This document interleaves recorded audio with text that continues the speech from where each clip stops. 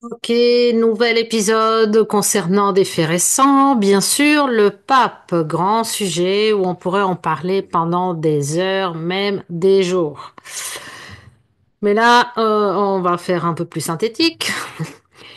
Et j'expose quelques informations, quelques sujets qui, dont je me suis inspirée encore une fois d'un des textes dans le Substack de Dave Emery, qui est un des porte-parole des enseignements d'Ashaya Nadine, des gardiens.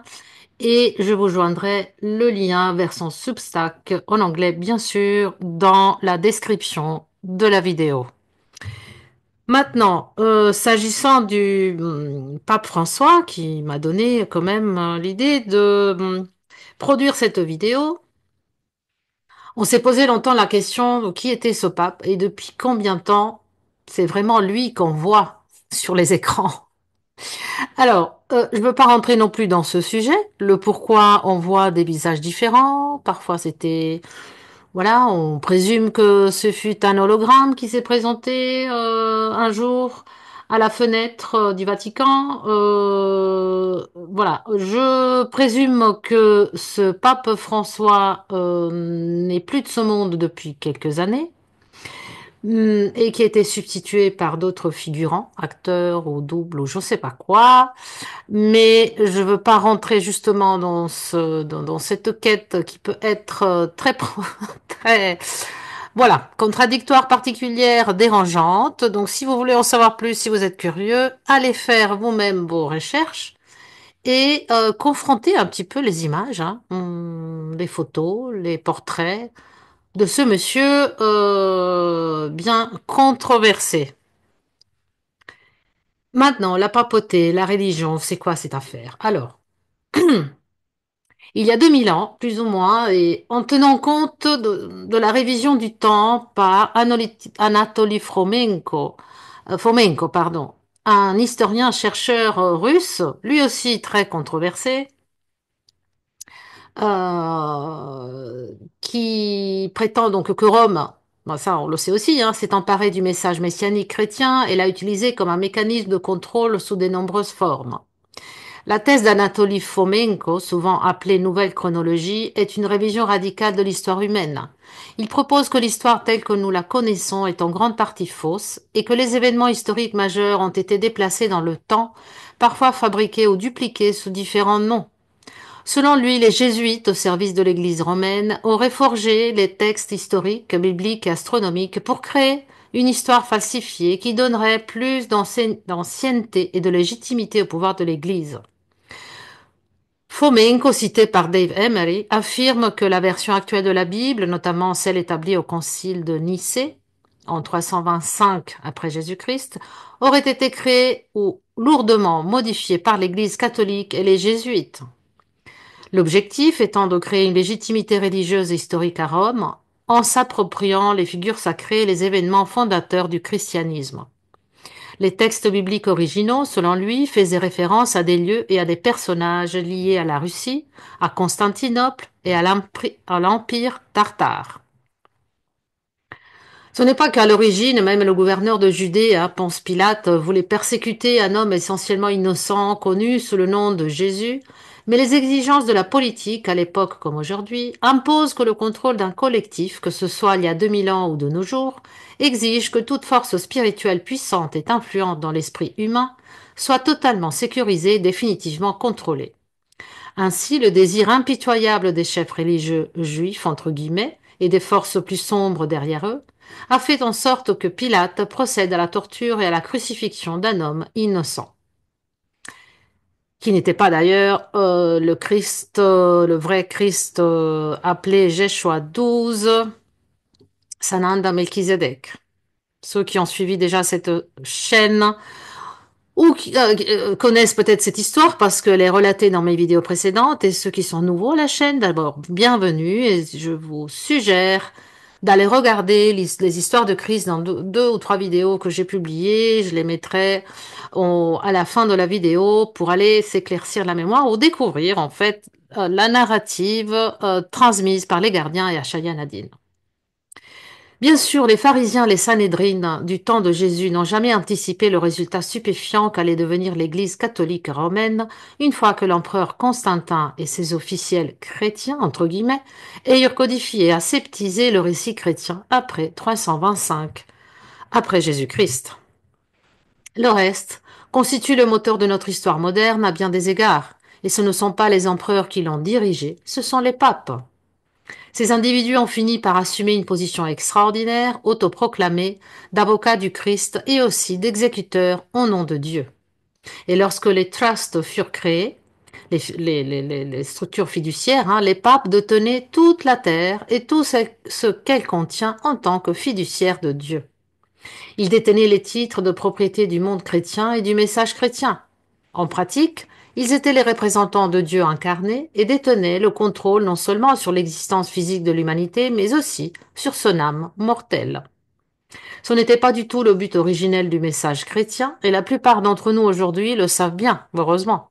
Le message de Jésus, ou plutôt le message messianique apporté sur terre par l'avatar dimensionnel de niveau 12, incarné sous le nom de Jeshua Sananda Melchizedek, connu bibliquement sous le nom de Jésus, était totalement différent, voire opposé au message de l'Église catholique romaine et de la majorité de ses papes. Cela ne veut pas dire que certains, peut-être même beaucoup, de ces papes n'étaient pas des bons êtres humains, sincèrement déterminés à aider l'humanité à traverser les épreuves d'un monde menaçant.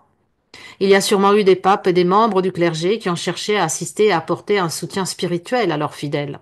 Mais l'ensemble de l'édifice qu'était Rome, avec son empire religieux de contrôle de la foi, de la croyance, de l'argent, du droit, de l'âme, des traités et des trusts, a évolué puis a dégénéré en une institution véritablement monstrueuse qui avait peu de rapport avec le vrai message du Christ tel qu'il était, tel qu'il est encore et tel qu'il sera toujours.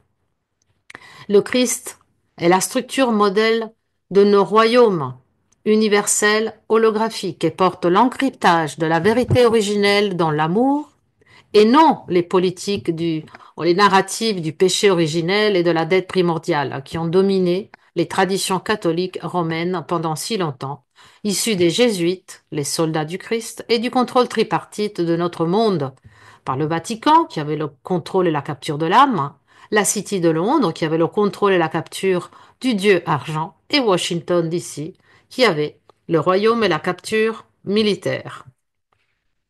Jeshua Sananda Melchizedek a ramené les vérités de notre vie spirituelle divine et éternelle aux habitants de Galilée, et de là au monde entier, c'est-à-dire à toi et à moi.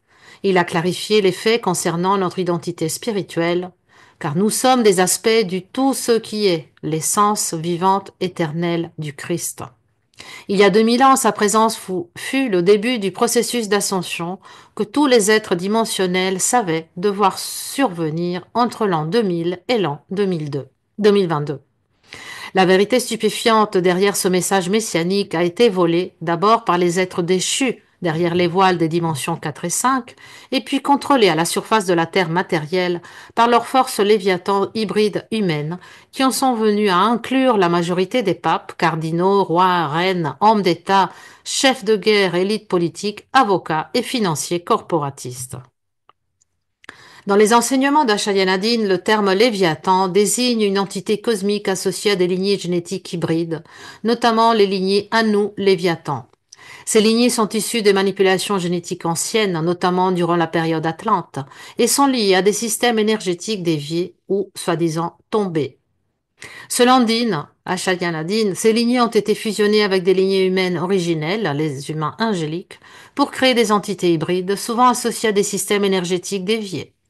Ces manipulations ont conduit à des structures énergétiques et génétiques distinctes, influençant l'évolution spirituelle et énergétique des individus concernés.